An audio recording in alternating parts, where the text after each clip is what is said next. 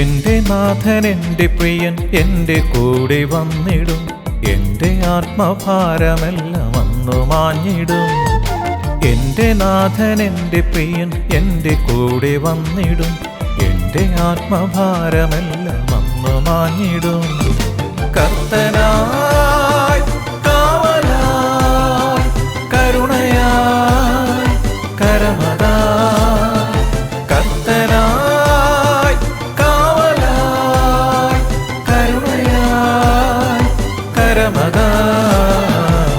എൻ്റെ നാഥൻ എൻ്റെ പ്രിയൻ എൻ്റെ കൂടെ വന്നിടും. എൻ്റെ ആത്മഭാരമെല്ലാം അന്നു മാഞ്ഞിടും.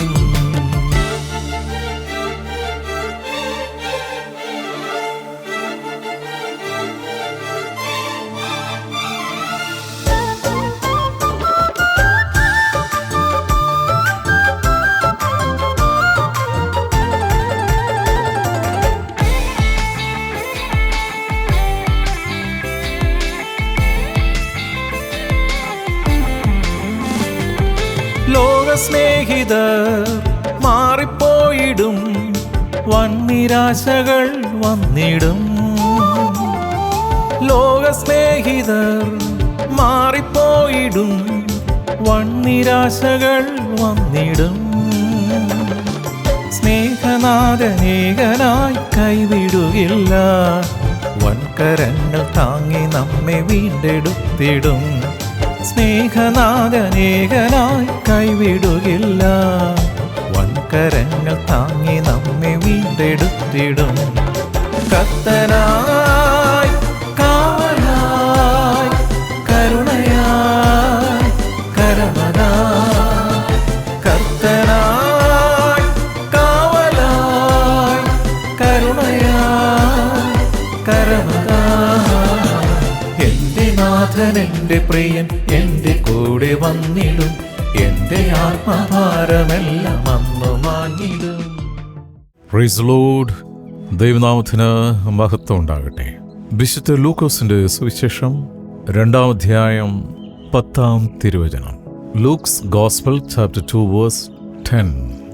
And the angel said unto them, Fear not, for behold, I bring you good tidings of great joy, which shall be to all people. ദൂതൻ അവരോട്, ഭയപ്പെടേണ്ട, സർവ്വജനത്തിനും ഉണ്ടാകുവാനുള്ളൊരു മഹാസന്തോഷം ഞാൻ നിങ്ങളോട് സുവിശേഷിക്കുന്നു. പരിശുദ്ധാത്മാവ് ദൈവമേ, ഈ തിരുവചന ഭാവം ഞങ്ങൾക്കായി വ്യാഖ്യാനിച്ചേരണമേ, പഠിപ്പിക്കണമേ. ആമേൻ. ഗ്രേറ്റ് ജോയ്, മഹാസന്തോഷം. ഇന്ന് നാം പല കാരണങ്ങളാൽ സന്തോഷിക്കാറുണ്ട്, ഇല്ലയോ? എന്നാൽ നിത്യമായ മഹാസന്തോഷം നാം അനുഭവിക്കാറുണ്ടോ? യേശു ഭൂമിയിൽ വന്ന് പിറന്നത് മഹാസന്തോഷം മാനവകുലത്തിന് നൽകുവാൻ വേണ്ടിയാണ്. ആ ഒരു സന്ദേശമാണ് കുറിവാക്യത്തിൽ ആത്മാവാൻ ദൈവം നമ്മളോട് സംസാരിച്ചത്. ഒന്നുകൂടി നമുക്ക് ആ വചനം വായിക്കാം. ലൂക്കോസിന്റെ സുവിശേഷം 2-ാം അധ്യായം 10-11 വാക്യങ്ങൾ. സർവ്വജനത്തിനും ഉണ്ടാവാനുള്ളൊരു മഹാസന്തോഷം ഞാൻ നിങ്ങളോട് സുവിശേഷിക്കുന്നു. കർത്താവായ ക്രിസ്തു എന്ന രക്ഷിതാവ് ഇന്ന് ദാവീദിന്റെ പട്ടണത്തിൽ നിങ്ങൾക്കായി ജനിച്ചിരിക്കുന്നു. ഈ ലോകത്തിലെ സമ്പത്തും പ്രശസ്തിയും അംഗീകാരങ്ങളും മാതാപിതാക്കളും മക്കളും ബന്ധുജനങ്ങളും എല്ലാ സമയത്തും കൂടെ ഉണ്ടാകണമെന്നില്ല. അവയെല്ലാം നൈമിഷികമാണ്. എന്നാൽ നമ്മുടെ സന്തത സഹചാരിയായി ഒരു രക്ഷകൻ നമ്മുടെ കൂടെ സദാസമയം ഉണ്ട് എന്നതാണ് മഹാസന്തോഷം. ഹല്ലേലൂയ. ക്രിസ്തീയ സന്തോഷം എന്നതിൻ്റെ അടിസ്ഥാനം പ്രത്യാശയാണ്. നാം ക്രിസ്തുവിൽ ആശയും പ്രത്യാശയും ബലവും വയ്ക്കുമ്പോൾ മഹാസന്തോഷത്തിൻ്റെ ഭാഗ്യവാന്മാരായി നാം തീരുന്നു. സങ്കീർത്തനങ്ങൾ എന്താണ് നമ്മളെ പഠിപ്പിക്കുന്നത്? നമുക്ക് ശ്രദ്ധിക്കാം. 84-ാം സങ്കീർത്തനം 5-ാം വാക്യം. ബലം നിന്നിൽ ഉള്ള മനുഷ്യൻ ഭാഗ്യവാൻ. എങ്ങനെയുള്ളവരുടെ മനസ്സിൽ സിയോനിലേക്കുള്ള പെരുവഴികൾ ഉണ്ടോ? ബലം നിന്നിലുള്ള മനുഷ്യൻ ഭാഗ്യവാൻ. കർത്താവിൽ ബലമുള്ളവൻ അവൻ മഹാഭാഗ്യവാനാണ്. അവൻ്റെ സന്തോഷവും മഹാസന്തോഷമായിരിക്കും. അതനുഭവിച്ചതിനെ അറിയണം. പിതാവ് കൂടെ ഉണ്ടെങ്കിൽ മക്കൾക്ക് മഹാസന്തോഷം ഉണ്ടാകും. നാം ക്രിസ്തുവിൻ്റെ മക്കളായി മാറിയാൽ മഹാസന്തോഷത്തിൻ്റെ ഉടമകളായി മാറും. ക്രിസ്തീയ സ്നേഹത്തിൻ്റെ അടിസ്ഥാനം ദൈവവുമായുള്ള പിതൃപുത്ര ബന്ധമാണ്. സ്തോത്രം. ദൈവം അങ്ങനെയാണ് നമ്മളെ കാണുന്നത്. പക്ഷേ എന്നെ കേൾക്കുന്ന സഹോദര സഹോദരി, നമ്മുടെ കാഴ്ചപ്പാട് അങ്ങനെയാണോ? നമ്മൾ ഓരോരോ ഗ്രൂപ്പ് തിരിച്ചല്ലേ നമ്മൾ ഓരോരുത്തരെയും കാണുന്നത്? സ്തോത്രം. റിജിഡ് മെൻറ്റാലിറ്റി, ഇടുങ്ങിയ ചിന്താഗതി, നമ്മൾ വേറെ അവർ വേറെ എന്നുള്ള ഒരു കാഴ്ചപ്പാട് നമ്മുടെ കർത്താവിന് അങ്ങനെ ഇല്ല. വചനം തെളിവ് തരികയാണ്. 1 യോഹന്നാൻ 3:1. കാൺമിൻ, നാം ദൈവമക്കളെന്ന് വിളിക്കപ്പെടുവാൻ പിതാവ് നമുക്ക് എത്ര വലിയ സ്നേഹം നൽകിയിരിക്കുന്നു. സ്തോത്രം. കർത്താവിൻ്റെ ഈ സ്നേഹത്തിൽ നിന്ന് അവിടുന്ന് ആരെയും മാറ്റി നിർത്തിയിട്ടില്ല.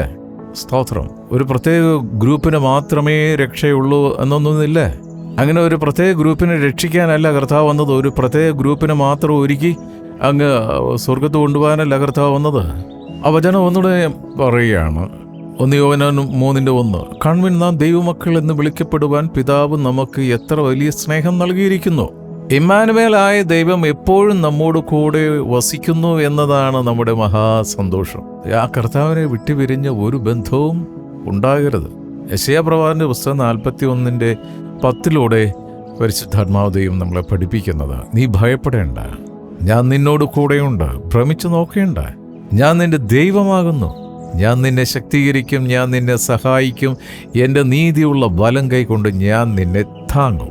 ജാതി മതഭേദമെന്നേ കറുത്തവനെന്നോ വെളുത്തവനെന്നോ പണമുള്ളവനോ പണമില്ലാത്തവനോ പഠനമുള്ളവനോ പഠനമില്ലാത്തവനോ ഒരു മുഖപക്ഷവും ഇല്ലാതെ കണ്ട് കർത്താവ് പറയുന്ന ഒരു തിരുവചനമാണിത്. നീ ഭയപ്പെടേണ്ട, ഞാൻ നിന്നോട് കൂടെയുണ്ട്. മറ്റുള്ളവർ നമ്മളെ മാറ്റി നിർത്തിയാലും കർത്താവ് നമ്മുടെ കൂടെയുണ്ട്. ഭ്രമിച്ചു നോക്കേണ്ട. സ്തോത്രം. ഒരു മനുഷ്യനെ നോക്കി പേടിക്കണ്ട. ഞാൻ നിന്റെ ദൈവമാകുന്നു. ഒരേ ഒരു ദൈവം. ആ ദൈവമായ കർത്താവ് യേശു ക്രിസ്തുവാണ് വചനത്തിലൂടെ നമ്മളോട് സംസാരിക്കുന്നത്. യേശു എന്ന രക്ഷകൻ നമ്മുടെ കഷ്ടങ്ങളിൽ, പ്രയാസങ്ങളിൽ, ദുഃഖങ്ങളിൽ നമുക്ക് താങ്ങായി നിലനിൽക്കുന്നു എന്നത് എത്രയോ ആശ്വാസപ്രദമാണ്, അല്ലേ? ആ കർത്താവ് അപ്രകാരം നമ്മുടെ കൂടെ നിന്ന് നമ്മളെ ആശ്വസിപ്പിക്കുന്നത് കൊണ്ടാണ് ഇപ്പോഴും ബലത്തോടെ നമുക്ക് നിൽക്കാൻ കഴിയുന്നത്. ഈ ലോകത്തിൽ സകല തെറ്റുകൾക്കും ശിക്ഷയുണ്ട്. എന്നാൽ ക്രിസ്തു നമ്മുടെ പാവങ്ങളെ ക്ഷമിച്ച് നമ്മെ മക്കളായി സ്വീകരിക്കുന്നു എന്ന സത്യം മഹാസന്തോഷം നൽകുന്നതല്ലേ, അല്ലേ? അതുകൊണ്ടല്ലേ കർത്താവിൻ്റെ കൂടെ ക്രൂശിക്കപ്പെട്ട 2 കള്ളന്മാരിൽ ഒരുവൻ ക്ഷണനേരം കൊണ്ട് നിത്യതയിൽ കടന്നത്? 1 യോഹന്നാൻ 1:9. നമ്മുടെ പാവങ്ങളെ ഏറ്റു പറയുന്നുവെങ്കിൽ അവൻ നമ്മോട് പാവങ്ങളെ ക്ഷമിച്ച് സകല അനീതിയും പോക്കി നമ്മെ ശുദ്ധീകരിക്കാൻ തക്കവണ്ണം വിശ്വസ്തനും നീതിമാനുമാണ്. പാവം ഏറ്റു പറയേണ്ടത് ഭൂമിയിലുള്ള ഏതെങ്കിലും ഒരു പാപം ചെയ്യുന്ന മനുഷ്യനോടല്ല. സ്തോത്രം. ജീവനുള്ള ദൈവമായ യേശുക്രിസ്തുവിനോടാണ് പാവം ഏറ്റു പറയേണ്ടത്. ഭൂമിയിൽ ഒരു മനുഷ്യനും പാപം ക്ഷമിക്കാനുള്ള അധികാരം കർത്താവ് കൊടുത്തിട്ടില്ല. സ്തോത്രം. പാപം ക്ഷമിക്കാൻ, പാപം പൊറുക്കാൻ, പാപം പോക്കാൻ പാപരഹിതനായി പാപമില്ലാതെ ജനിച്ച ജീവനുള്ള ദൈവമായ യേശുക്രിസ്തുവിന് മാത്രമേ സാധ്യമാവുകയുള്ളൂ. സ്തോത്രം. യേശു നമ്മെ തേടി വരുന്നു. ഇന്ന് ലോകത്തിലെ മനുഷ്യർ ദൈവത്തെ തേടി അലയുന്നു. കല്ലും വിഗ്രഹവും സൂര്യനും ചന്ദ്രനും അവർക്ക് ദൈവങ്ങളാകുന്നു. അവർ സ്വന്തം ഇഷ്ടത്തിന് വിഗ്രഹങ്ങളെ വാർത്തെടുത്ത് അതിന് ആരാധിക്കുന്നു. എന്നിട്ടും അവർ യഥാർത്ഥമായ സന്തോഷം കണ്ടെത്തുന്നില്ല. എന്നാൽ നമ്മുടെ ദൈവം നമ്മെ തേടി വരുന്നു. ഒരു കാര്യം വ്യക്തമായി മനസ്സിലാക്കണം. നമ്മളെ കർത്താവ് യേശു ക്രിസ്തു പ്ലാസ്റ്റിക് കർത്താവല്ല, പ്ലാസ്റ്റർ ഓഫ് പാരീസ് കർത്താവല്ല, സിമെന്റ് കർത്താവല്ല. മനുഷ്യനിർമ്മിതമായ ഒരു ഫോട്ടോയിലോ ഒരു സ്റ്റാച്യുവിലോ ഈ കർത്താവിനെ ദർശിക്കാൻ കഴിയത്തില്ല. കാരണം കർത്താവ് ആത്മാവാണ്. യേശു നമ്മെ തേടി വരുന്നു. ഇന്ന് ലോകത്തിലെ മനുഷ്യർ ദൈവത്തെ തേടി അലയുന്നു, അല്ലേ? എവിടെയൊക്കെ ഓടുന്നത് മനുഷ്യന് ഈ ദൈവത്തെ കാണാനായിട്ട്? അവിടെ പ്രത്യക്ഷപ്പെട്ടു, ഇവിടെ പ്രത്യക്ഷപ്പെട്ടു. മനുഷ്യന്റെ ഈ സൈക്കോളജിയെ മുതലെടുക്കാൻ വേണ്ടിയാണ് മതം ഇന്ന് ഈ ഭൂമിയിലുള്ളത്. നമുക്ക് വേണ്ടത് മതമല്ല, നമുക്ക് വേണ്ടത് കർത്താവ് യേശുവിനെയാണ്. കർത്താവ് യേശുവിന് മതമില്ല. ക്രിസ്തു മതത്തിന്റെ സ്ഥാപകൻ ക്രിസ്തു അല്ല. അത് മനുഷ്യനിർമ്മിതമായ ഒരു സംഘടനയാണ്. കർത്താവിൻ്റെ വചനം വീണ്ടും നമ്മളോട് സംസാരിക്കുകയാണ്. വെളിപ്പാട് 3:20-21. ഞാൻ വാതിൽക്കൽ നിന്ന് മുട്ടുന്ന ആരെങ്കിലും എൻ്റെ ശബ്ദം കേട്ട് വാതിൽ തുറന്നാൽ ഞാൻ അവൻ്റെ അടുക്കൽ ചെന്ന് അവനോടും അവൻ എന്നോടും കൂടെ അത്താഴം കഴിക്കും. ജയിക്കുന്നവന് ഞാൻ എന്നോട് കൂടെ എൻ്റെ സിംഹാസനത്തിൽ ഇരിപ്പാൻ വരം നൽകും. ഞാനും ജയിച്ച് എൻ്റെ പിതാവിനോട് കൂടെ അവൻ്റെ സിംഹാസനത്തിൽ ഇരിക്കുന്നത് പോലെ തന്നെ. ഒരു വ്യത്യാസമില്ല വചനം നമ്മളെ പഠിപ്പിക്കുന്നത്, ഇല്ലയോ? സ്തോത്രം. പക്ഷെ ഭൂമിയിൽ നമുക്ക് എല്ലാവർക്കും ഒരേ സീറ്റിൽ കയറി ഒരുമിച്ചിരിക്കാനൊന്നും പറ്റത്തില്ലല്ലോ. ഓരോരുത്തരുടെ ഗ്രേഡ് അനുസരിച്ച് സിംഹാസനം, അതിൻ്റെ താഴെ ഒരാസനം, പിന്നെ അതിൻ്റെ ഇരിപ്പിടം, കൊരണ്ടി, അങ്ങനെയുള്ള രീതിയിൽ മനുഷ്യന് ഭൂമിയിൽ ഇരിക്കാൻ പറ്റുള്ളൂ. സ്തോത്രം. റിസർവ്ഡ് സീറ്റല്ലേ. സ്വർഗത്തിൽ അങ്ങനെ അല്ലല്ലോ. നമ്മുടെ കർത്താവ് നമ്മളെ കാണുന്നത് അങ്ങനെയല്ലല്ലോ. ഞാനും ജയിച്ച എൻ്റെ പിതാവിനോട് കൂടി അവൻ്റെ സിംഹാസനത്തിൽ ഇരിക്കുന്നത് പോലെ എൻ്റെ ശബ്ദം കേട്ട് വാതിൽ തുറന്നു തരുന്നവന് എന്നോടൊപ്പം അത്താഴം കഴിക്കാനുള്ള യോഗ്യതയുണ്ട്. ഹല്ലേലൂയ. ഈ മഹാസന്തോഷം അനുഭവിക്കുവാൻ നാം ഒരു കാര്യം മാത്രം ചെയ്താൽ മതി. ആ മഹാസന്തോഷം നൽകുന്ന രക്ഷകന് നമ്മുടെ ഹൃദയത്തിൽ വാതിൽ തുറന്നു കൊടുക്കുക. ഒരു യോഗ്യതയും ഇല്ലാതിരിക്കെ തൻ്റെ ജീവൻ നൽകി നമ്മെ സ്നേഹിച്ച ക്രിസ്തു നമ്മുടെ ഹൃദയവാതിക്കൽ മുട്ടിക്കൊണ്ടിരിക്കുന്ന ആ ഇമ്പസ്വരം നാം കേൾക്കുമോ? എങ്കിൽ നാം ദൈവമക്കൾ ആകും. ഹല്ലേലൂയ. അതുകൊണ്ട് ഈ കാലഘട്ടത്തിൽ ദൈവത്തിൻ്റെ വചനത്തെ തെറ്റിച്ച് കളയുന്ന മറ്റൊരു സുവിശേഷം പ്രഘോഷിക്കുന്ന ഒരു ആധുനിക യുഗത്തിലാണ് നമ്മൾ ജീവിക്കുന്നത്. വളരെ ശ്രദ്ധയോടെ വചനം പഠിപ്പിക്കുന്നത് പരിശുദ്ധാത്മാവാണ്. പരിശുദ്ധാത്മാവ് ദൈവം വചനം പഠിപ്പിക്കുമ്പോൾ ഇത്തരത്തിലുള്ള ഡിവിഷൻസ് ഉണ്ടാകത്തില്ല. യോഹന്നാന്റെ സുവിശേഷം 1:12. അവനെ കൈക്കൊണ്ട് അവൻ്റെ നാമത്തിൽ വിശ്വസിക്കുന്ന ഏവർക്കും ദൈവമക്കളാകുവാൻ അവൻ അധികാരം കൊടുത്തു. വെരി സിമ്പിളായിട്ടുള്ള സുവിശേഷമാണ്. വെരി സിമ്പിളാണ്. ഹല്ലേലൂയ. ഇതിന് വലിയ എക്സ്പ്ലനേഷനൊക്കെ കൊടുത്ത് വലിയ തിയോളജിയൊക്കെ പറഞ്ഞ് ആരെയും പേടിപ്പിക്കേണ്ട കാര്യമില്ല. യേശുവിനെ കൈക്കൊണ്ട് അവൻ്റെ നാമത്തിൽ വിശ്വസിക്കുന്ന ഏവർക്കും എന്നാണ് അവിടെ വചനം പറയുന്നത്. മക്കളാകാനുള്ള അധികാരം അവൻ കൊടുത്തു. ദൈവമക്കളാകാനുള്ള അധികാരമാണ്. അപ്പോൾ ഈ ഒരു തിരുവചന ഹൃദയത്തിൽ കയറിയാൽ മാത്രമേ, സ്തോത്രം, കുറച്ചുപേര് പാപികളും കുറച്ചുപേര് വാഴ്ത്തപ്പെട്ടവരും കുറച്ചുപേര് വിശുദ്ധരും എന്നുള്ള ആ ഒരു കാഴ്ചപ്പാട് മാറുകയുള്ളൂ. ദൈവം നമ്മളെ എല്ലാവരും നോക്കി വിശുദ്ധർ എന്നാണ് വിളിക്കുന്നത്. നിങ്ങളും അന്ധകാരത്തിൽ പ്രകാശത്തിലേക്ക് വിളിച്ചവൻ്റെ സദ്ഗുണങ്ങളെ പ്രഘോഷിക്കാൻ തിരഞ്ഞെടുക്കപ്പെട്ട ജാതി, വിശുദ്ധ വംശം, രാജകീയ പൗരോഹിത്യമുള്ള ദൈവത്തിൻ്റെ സ്വന്തം ജനം. 1 Petrus 2:9. നമ്മൾ ഹോളി പീപ്പിളാണ്, വിശുദ്ധ ജനമാണ്. അങ്ങനെയുള്ള മക്കൾക്ക് പിതാവിൻ്റെ ഭവനത്തിൽ വസിക്കുവാനുള്ള നിത്യസന്തോഷം പിതാവ് നൽകുന്നു. അതിനാൽ നമ്മുടെ കൂടാരമാകുന്ന ഭൗമഭവനം നശിച്ചു പോയാലും ഭയപ്പെടേണ്ട. കാരണം 2 Corinthians 5:1, കൂടാരമായ ഞങ്ങളുടെ ഭൗമഭവനം അഴിഞ്ഞു പോയാൽ കൈപ്പണിയല്ലാത്ത നിത്യഭവനമായി ദൈവത്തിൻ്റെ ദാനമായൊരു കെട്ടിടം ഞങ്ങൾക്ക് സ്വർഗത്തിൽ ഉണ്ടെന്ന് അറിയുന്നു. ഉണ്ടേക്കാം, ചിലപ്പോൾ കണ്ടേക്കാം എന്നല്ല, അറിയുന്നു. ഹല്ലേലൂയ. ഇതാണ് നമ്മുടെ മഹാസന്തോഷം. ഈ മഹാസന്തോഷത്തിന് യോഗ്യരായി തീരുവാൻ യേശുവിൻ്റെ കൃപയാൽ ആശ്രയിച്ച് ധൈര്യത്തോടെ നമുക്ക് മുന്നോട്ട് സഞ്ചരിക്കാം, പ്രാർത്ഥിക്കാം. നിത്യന്റെ പരിശുദ്ധമായ ഞങ്ങളുടെ സ്വർഗീയ പിതാവേ, നിന്റെ മക്കളായ ഞങ്ങൾക്ക് ഞങ്ങളുടെ ആയുസിൻ്റെ ഒരു ദിനം കൂടെ കാണുവാൻ സ്വർഗം ഞങ്ങളെ അനുഗ്രഹിച്ചതിനായി സ്തോത്രം കർത്താവേ. ഈ 12ാമത്തെ മാസത്തിൻ്റെ ഈ ആദ്യത്തെ ആഴ്ചയിൽ തന്നെ അവിടുന്ന് തിരുവചനത്തിലൂടെ ഞങ്ങൾക്ക് വിളമ്പിത്തരുന്ന സ്വർഗീയ മന്ന സന്തോഷത്തോടെ, മഹാസന്തോഷത്തോടെ സ്വീകരിക്കുവാനും ആ സന്തോഷത്തിൽ ജീവിക്കുവാനും ആ സന്തോഷത്തിൽ സഞ്ചരിക്കുവാനും അപ്പോൾ അവിടുന്ന് ഞങ്ങളെ അനുഗ്രഹിക്കുന്നതിനായി സ്തോത്രം എന്ന് തിരുവചനം ശ്രവിച്ച ഓരോ മക്കളെയും അനുഗ്രഹിച്ച് പ്രാർത്ഥിക്കുന്നു. ഞങ്ങൾ അന്യോന്യം ഒരു അനുഗ്രഹമായി ഞങ്ങളുടെ അനേകർ അനുഗ്രഹം പ്രാപിക്കാൻ കൃപ ചെയ്യണം. അവിടുന്ന് സൗഖ്യദായകനാണല്ലോ. അവിടുത്തെ അടിപ്പിണരുകളാൽ പൂർണ്ണ സൗഖ്യം ഓരോ മക്കൾക്കും, ഹോസ്പിറ്റലിൽ കഴിയുന്ന മക്കൾക്കും, ഭവനങ്ങളിലായിരുന്ന രോഗികളായിട്ടുള്ള മക്കൾക്കും അവിടുന്ന് കൊടുത്തിരിക്കാൻ സ്തോത്രം. വിടുവിച്ചതിനായി സ്തോത്രം. ആരോഗ്യത്തോടെ ബലത്തോടെ നടത്തുന്നതിനായി സ്തോത്രം. അവിടുത്തെ വിശുദ്ധ മക്കളായി ഞങ്ങൾ അന്യോന്യം പ്രാർത്ഥിക്കുന്നു.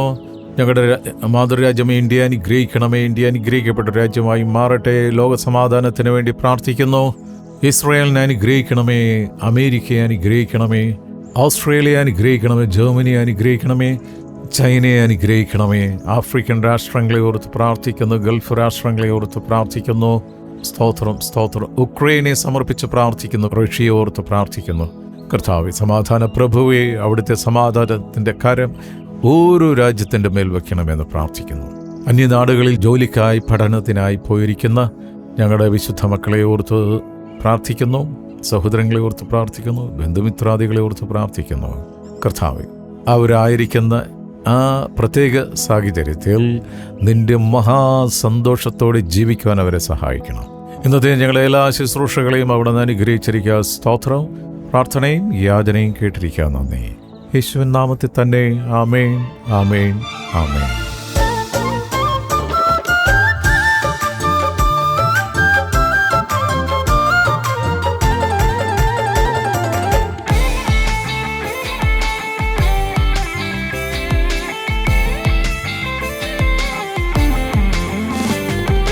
പാപഭാരങ്ങൾ തോളിലേറിടും, വൻ പരീക്ഷകൾ നേരിടും. പാപഭാരങ്ങൾ തോളിലേറിടും, വൻ പരീക്ഷകൾ നേരിടും. പാപത്തെ വെറുത്ത നാഥൻ കൂടെ നിന്നിടും, പാപിയാവും നമ്മെ അവൻ ചേർത്തണച്ചിടും. പാപത്തെ വെറുത്ത നാഥൻ കൂടെ നിന്നിടും, പാപിയാകും നമ്മെ അവൻ ചേർത്തണച്ചിടും. എൻ്റെ നാഥൻ എൻ്റെ പ്രിയൻ എൻ്റെ കൂടെ വന്നിടും, എൻ്റെ ആത്മഭാരമെല്ലാം അന്നു മാഞ്ഞിടും. എൻ്റെ നാഥൻ എൻ്റെ പ്രിയൻ എൻ്റെ കൂടെ വന്നിടും, എൻ്റെ ആത്മഭാരമെല്ലാം അന്നു മാഞ്ഞിടും. കർത്തനായി കാവലായി കരുണയായി കരമതായി, കർത്തനായി കാവലായി കരുണയായി കരമതായി. എൻ്റെ നാഥൻ എൻ്റെ പ്രിയൻ എൻ്റെ കൂടെ വന്നിടും, എൻ്റെ ആത്മഭാരമെല്ലാം അന്നു മാഞ്ഞിടും.